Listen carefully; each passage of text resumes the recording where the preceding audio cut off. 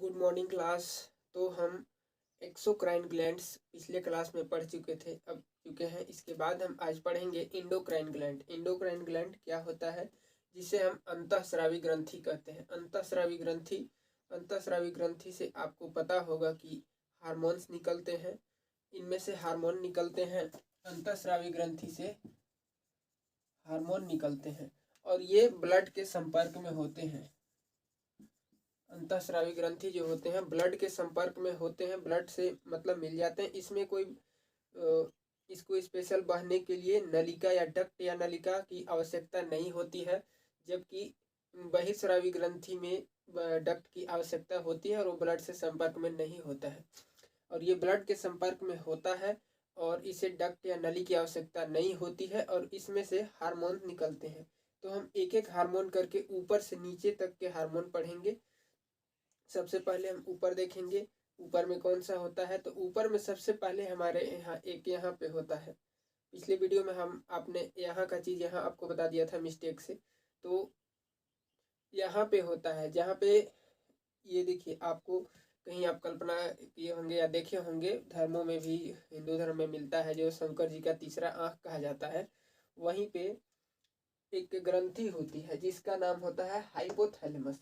Hypothalamus ग्रंथि यहीं पे होती है। हाइपोथैलेमस ग्रंथि से आप देखेंगे कि नर्वस हार्मोन निकलते हैं। नर्वस हार्मोन, हाइपोथैलेमस ग्रंथि से नर्वस हार्मोन निकलते हैं होता है। हाइपोथैलेमस से यहाँ पे देखिए नर्वस हार्मोन, हाइपोथैलेमस से नर्वस हार्मोन निकलता है और ये सभी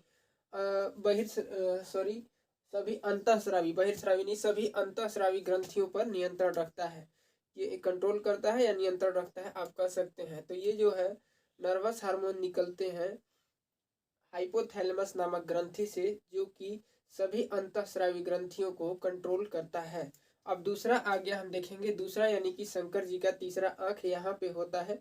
यहाँ पे जिसे हम कहते हैं थर्ड आई के नाम से भी जाना जाता है, इसे पीनियल ग्रंथि कहते हैं। पीनियल ग्रंथि, तो पीनियल ग्रंथि में से दो हार्मोन निकलते हैं, एक होता है मेलाटोनिक और दूसरा होता है सेरोटोनिक। मेलाटोनिक का काम होता है, आप रात में देखे होंगे, डे में नहीं, दिन के में नहीं, वो रात के समय में होता है। तो रात के समय में आप देखे होंगे कि त्वचा के ऊपर हल्का हल्का काला पड़ जाता है। तो वो इस हार्मोन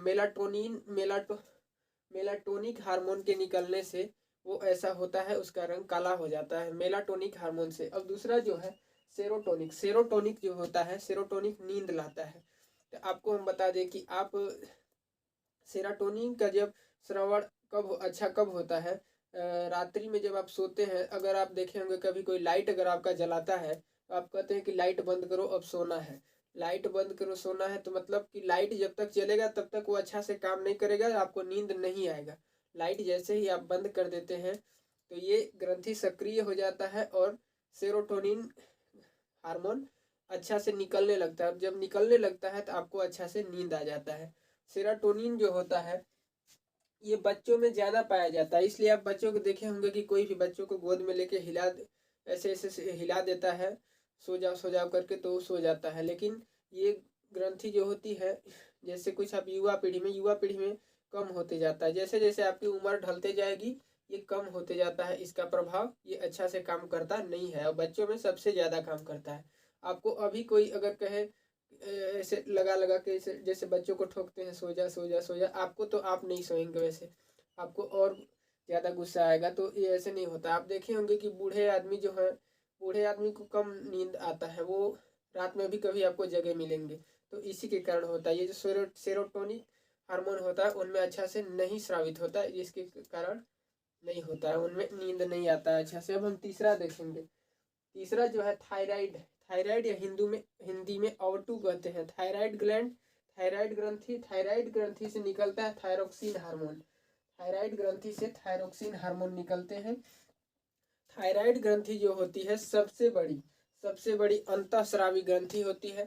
थायराइड ग्रंथि जो होती है सबसे बड़ी अंतःस्रावी ग्रंथि होती है। सबसे बड़ी ग्रंथि शरीर में लीवर होती है, जो कि बहिर्स्रावी ग्रंथि है।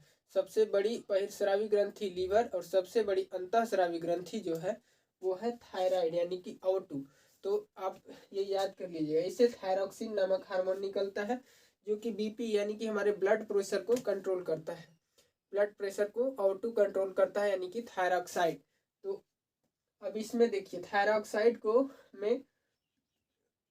बनने के लिए, थायरोक्सिन हार्मोन को बनने के लिए टायरोसिन और आयोडीन की मात्रा चाहिए उसमें। तो ये जब कमी हो जाती है थायरोक्सिन और आयोडीन की, जब हमारे शरीर में कमी हो जाती है, तो आप बचपन से आज तक यही जान रहे होंगे कि घेंघा हो जाता है, यहाँ गला पे जो इतना बड़ा वैसे फूल जाता है, घेंघा हो जाता है। लेकिन आप सिर्फ एक बीमारी को जानते हैं, एक बच्चों में होता है जो यहाँ पे होता है, देखिए क्रिटिनिज्म बीमारी होता है बच्चों में।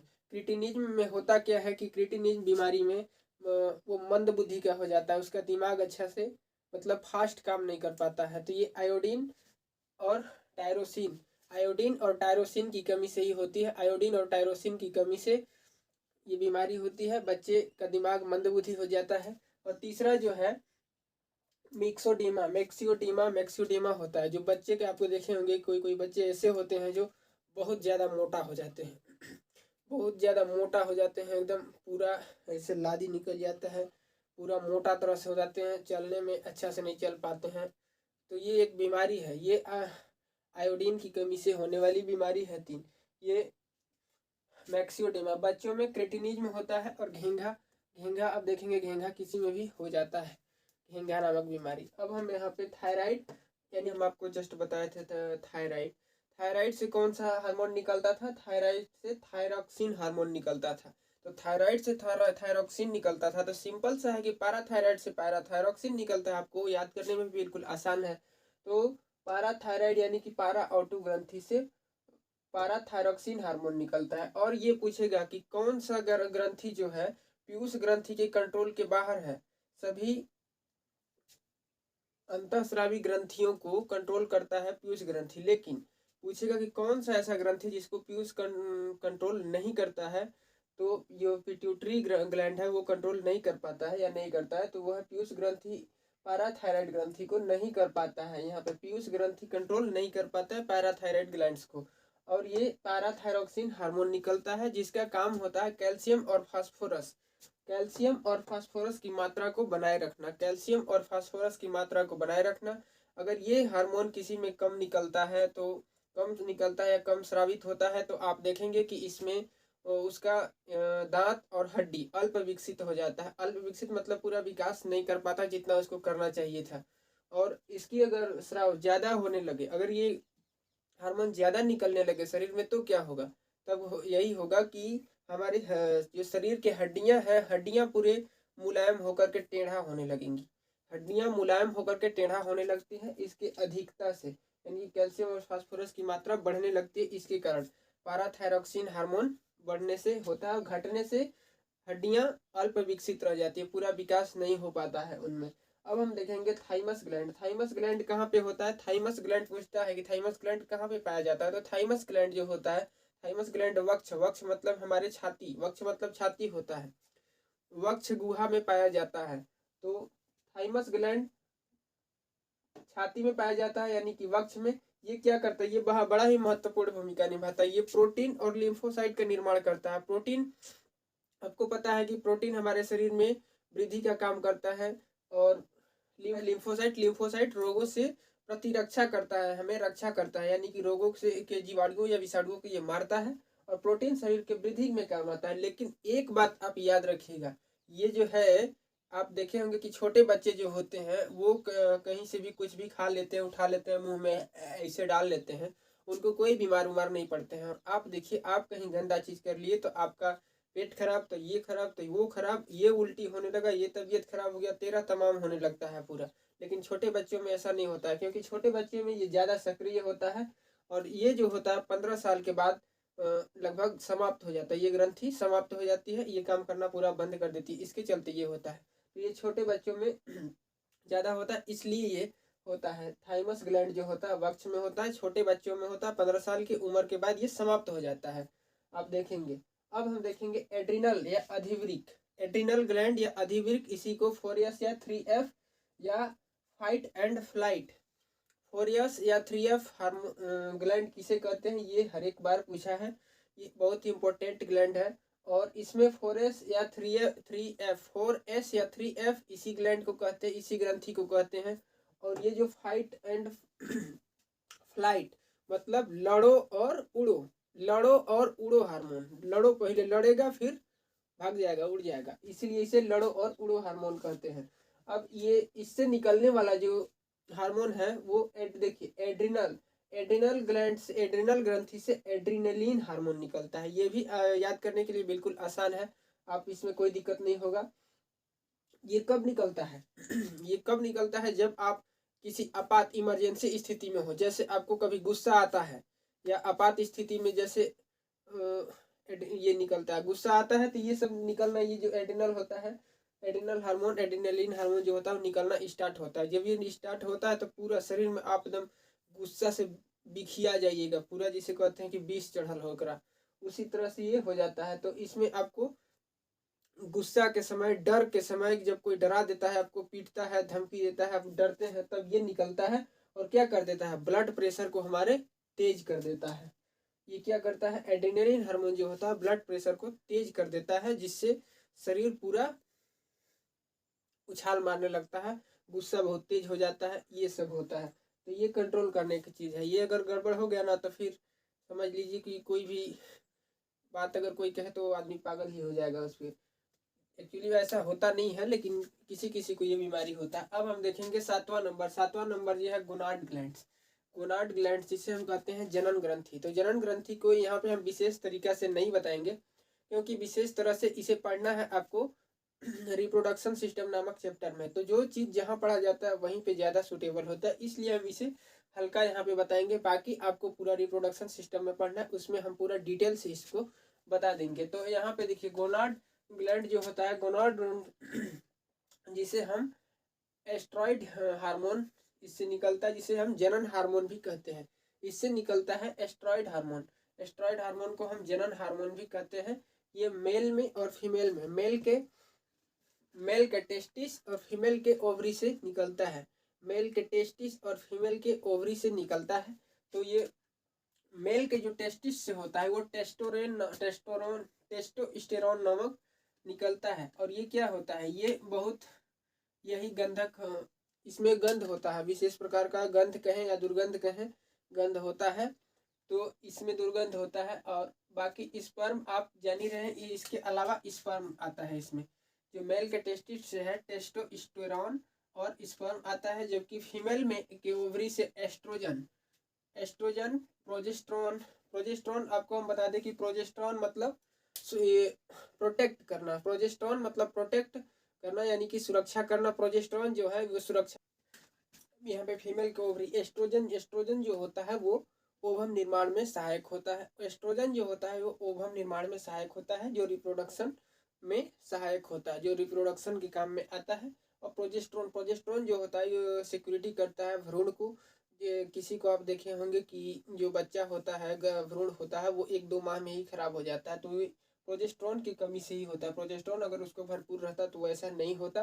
किसी को आप देखे होंगे कि 9 माह की जगह 7 महीने या 8 महीने में ही डिलीवरी हो जाता है। तो ये सब प्रोजेस्ट्रॉन की कमी से होता है, प्रोजेस्ट्रॉन की कमी पड़ जाने से होता है, जिसे सतवासा अठवासा बच्चे कहते हैं कहते हैं देहात वगैरह में।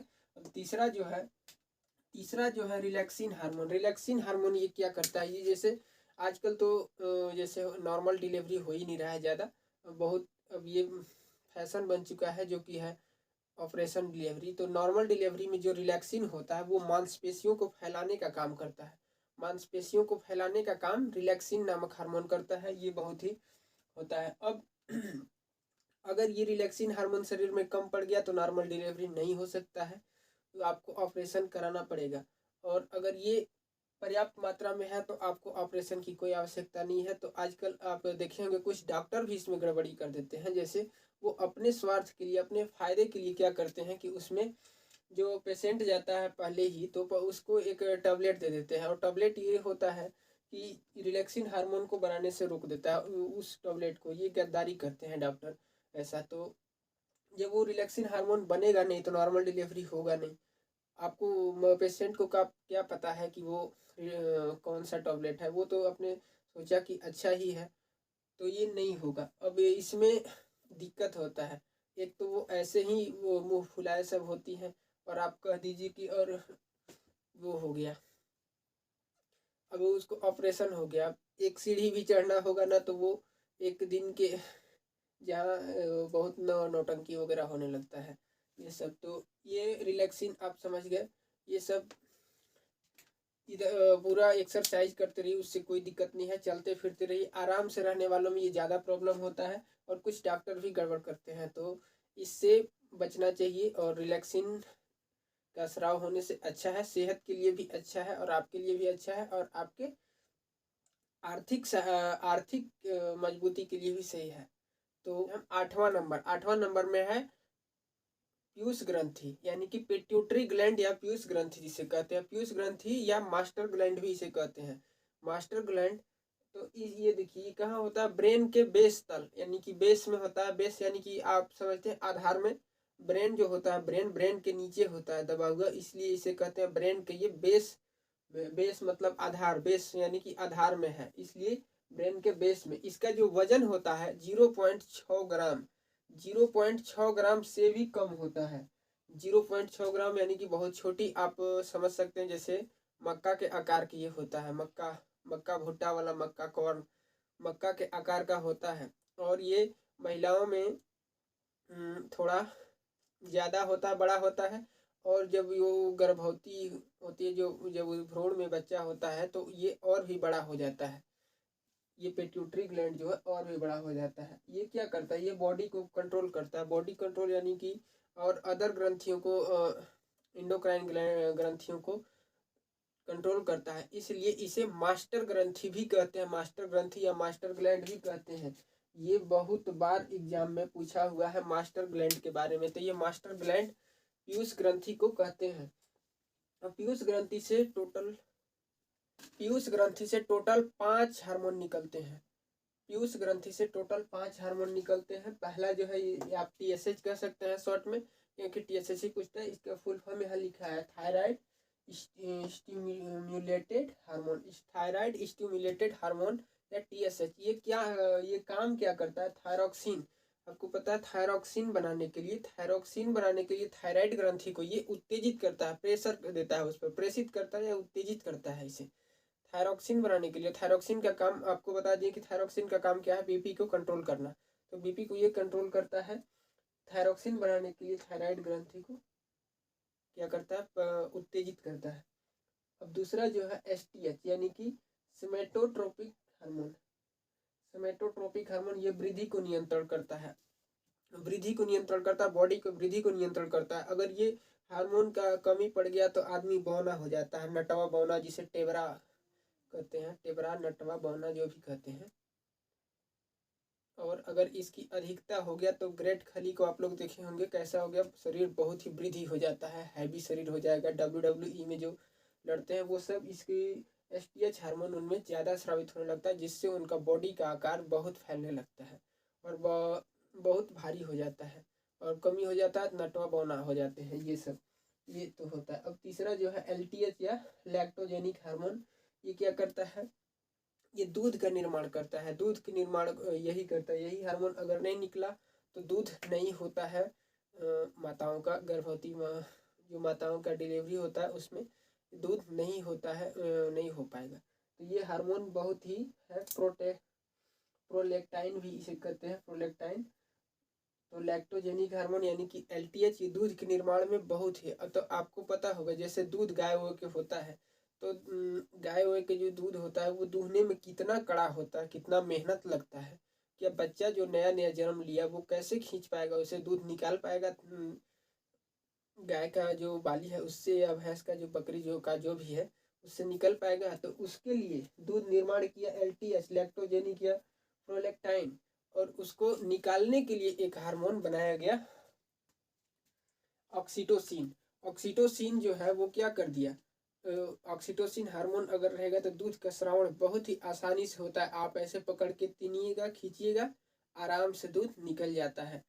आप दूध जो निकालते हैं, गाय भैंस से दूहते हैं, उनसे कभी पूछिएगा, वो सब बताएंगे। तो ऑक्सीटोसिन दूध का स्रावण कराने में बहुत ही मदद करता है।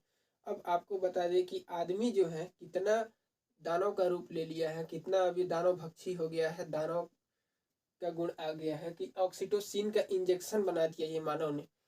ऑक्सीजन ये इंजेक्शन बनाने के बाद ये क्या करते हैं कि गाय जो अपने बच्चे के लिए बचाती है दूध, अपने बच्चे को पीने के लिए वो थन में रोकती है, लेकिन ये क्या करता है मनुष्य, ये इंजेक्शन लगा देता है और इंजेक्शन के दौरान क्या होता है वो दूध आसानी से निकाल लेते हैं। ये इंजेक्शन पर पूरा बैन भी है, लेकिन मानता कहाँ है, बैन बंद होने से कोई दिक्कत नहीं है, आसानी से हर एक दुकान में मिल जाता है और लोग यूज भी करते हैं। अब एक होता है वेराप्रेसियंस हार्मोन होता है जो क्या करता है पेशाब का सांद्रण को नियंत्रित करता है। पेशाब का सांद्रण यानी कि आपका पेशाब गाढ़ा हो जाएगा तो निकलने में उसे दिक्कत होगा और आपको जलन महसूस होगा, और अगर ज़्यादा पतला हो जाएगा तो भी दिक्कत है। इसीलिए इसको कंट्रोल करने के लिए ये हार्मोन है। तो अब आप ये पूरे ग्लैंड्स पर बता दिए हम। उम्मीद है कि आप पूरा समझ गए होंगे। अगर आप ये वीडियो देख रहे हैं पहले बार तो पिछले वीडियो में भी ग्लैंड का पार्ट 1 आप देख लीजिए, इसके बाद ये आपको समझ में आ गया होगा। इसका PDF भी हम प्रोवाइड करा देंगे।